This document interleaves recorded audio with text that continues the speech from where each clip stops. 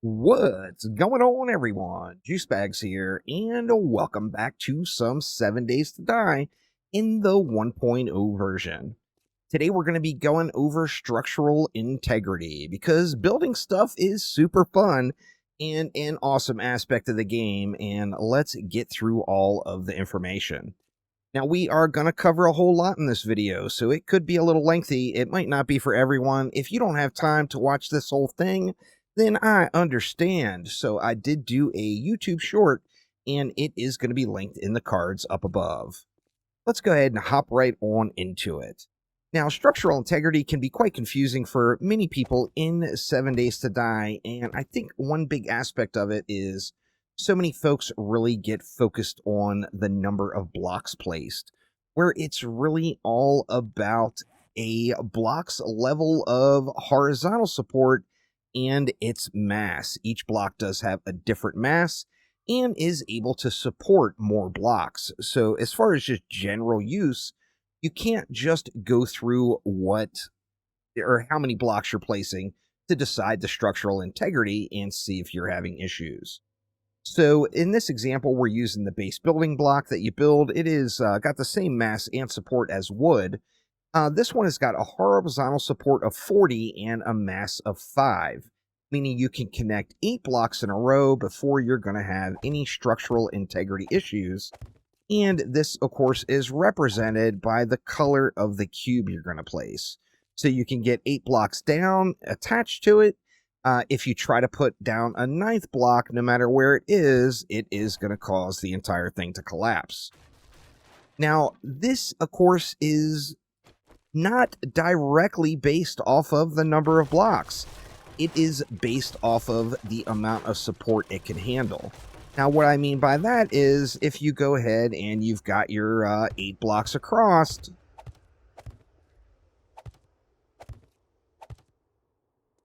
so you've got your 8 secure blocks and you try to upgrade a block to, say, cobble, well, that is going to drop. And the reason being is the cobble is going to have a mass of 10. So with that in mind, you have to look at what it can support. So the important thing to note about structural integrity, it's not referring to the blocks you're used, it's referring to the block at the base. And not only the block at the base, but that side of that block. So in this example, we're referring to just that face of that very top block. It doesn't matter if this block is 100 blocks up into the air or if it's one off the ground. It's going to follow the exact same rule. So with that in mind, we can place our 8 blocks off to one side of this to max out the structural integrity of that particular side of that block. However, we can come over to this side, and then we are talking about that face, and it has nothing to do with what's going over here. So we could take another 8 blocks and go out straight over here, and we're still going to be fine with our structural integrity. Now, with that in mind, we can do the same thing here. We can throw 8 blocks off, and it's still all good with structural integrity. Now, additionally, this is not referring to 8 blocks in a row. It is referring to 8 blocks from that particular face. So with that in mind, you can do this any way you want. Say we are on just building off of this block here. We know we can go out 8 blocks from this side. We'll say we put 4 blocks there. And say we wanted to put another 2 here. There's 6 blocks. Well, now we're only going to be able to place 2 more blocks before we hit that structural integrity limit. Of course, if we exceed that, it is all going to drop on the ground. Now, how about when we're combining columns or pillars together? Let's say we've got our 8 blocks out this way to get to that maximum amount of weight this can carry. But let's say we want to go a little further than that, and we come out and we have yet another column over here.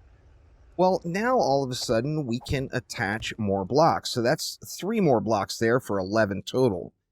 Now, how this works is we've got 2 faces supporting one column, which means the internal face on this side and the internal face on that side, one block up, of course, are combined to support the entire thing. So in that example, instead of having 40 horizontal support, we now have 80 horizontal support. So we've got 11 blocks down. We can place 5 more blocks, and we can do those in any way that we want. So let's say we wanted to build a window here in the middle, or a doorway. We could go up. There's 3 more blocks. There's 4 more blocks. Well, now there's 5 more blocks. Now we are out of structural integrity. We can't go anything else off of this. If we do, then of course the entire thing is going to break. Now, since the structural integrity is based off of that one side of the one block, say we've got a concrete block here. Well, if we take a look at a concrete block, its horizontal support is 120. Well, these building blocks only have a horizontal support of 5. So does that mean that we could place 24 of the building blocks directly across?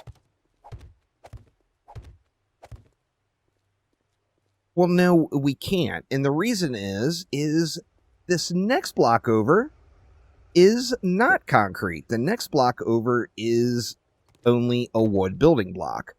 So everything past that, of course, is not based off of the value of the concrete block, but it is based off of the side of that block there.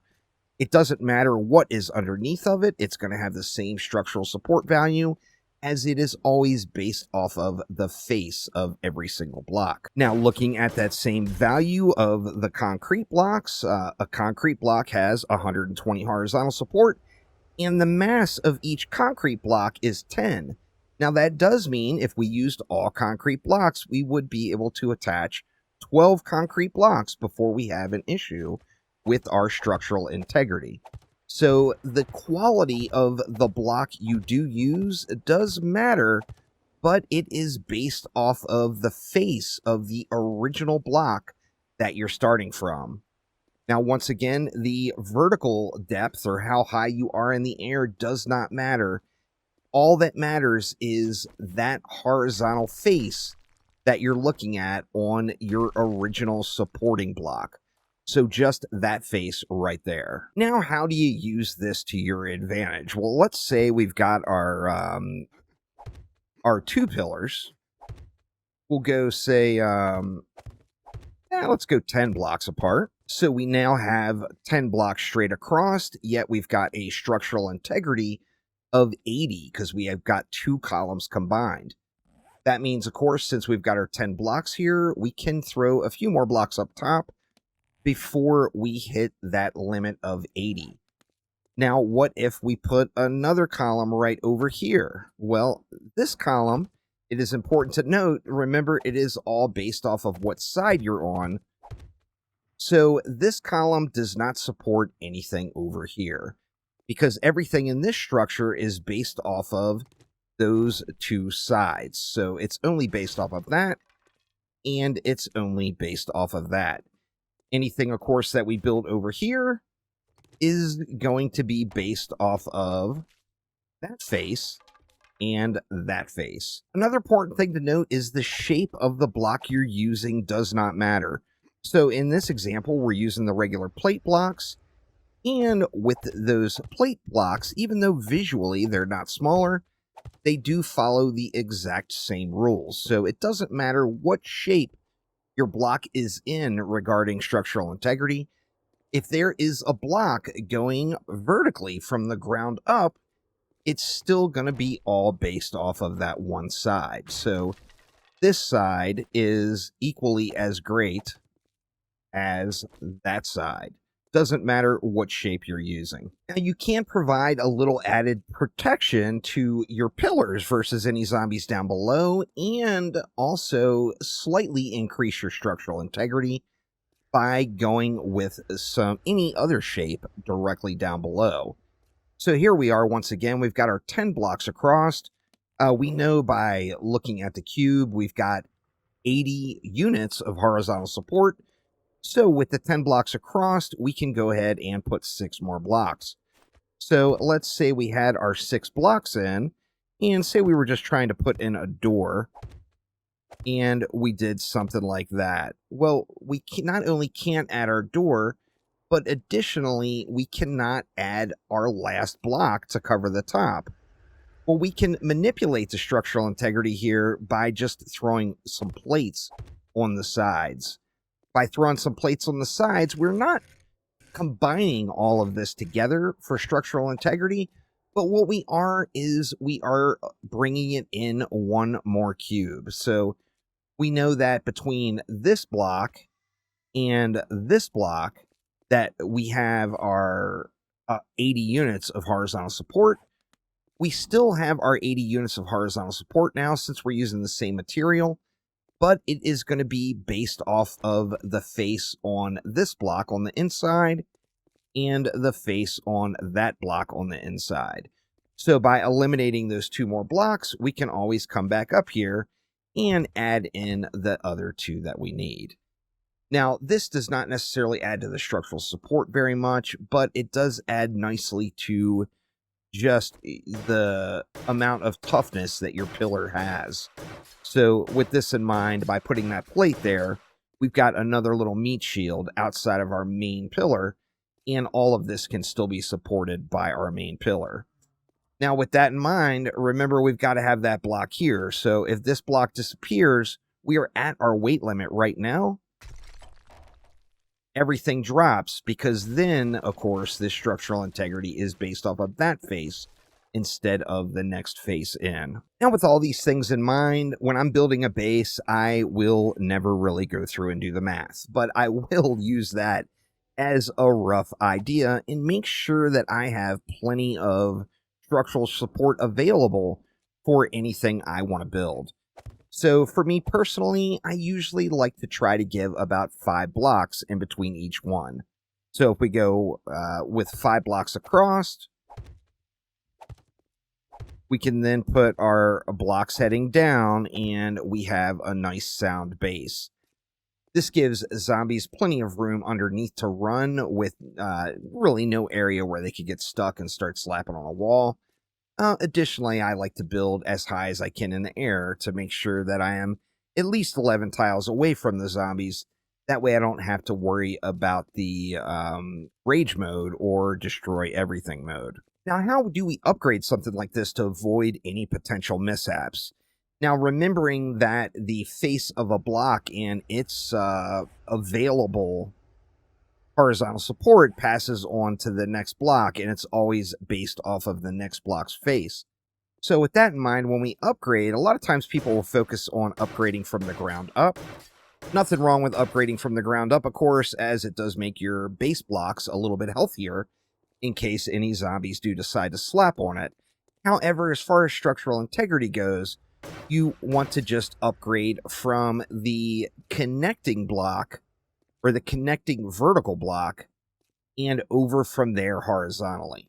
So even though the face of this top cobble block can now handle more in its horizontal support, it always gets passed along to the next block. So when upgrading, make sure you're upgrading from the columns that you begin with going out. So like in this situation, I would upgrade directly like this and we wouldn't have any issues. If you upgrade from the center, of course, that can eventually cause some problems as you're putting a strain on the structural support from the remaining blocks. So if we want to go up from here, we see, although we have tons of room left, these are now steel blocks and they have more weight. So if I add just one more, once again, the entire thing is going to fall. Hopefully this helps everyone understand structural support in the 1.0 version of 7 Days to Die. I am super excited for launch. I do have a community server going that anyone in my Discord server is welcome to join. And I am going to be covering an absolute ton of this amazing game going into 1.0. But that will do it for today. So thanks a ton for watching. And I will see you next time around. Take it easy.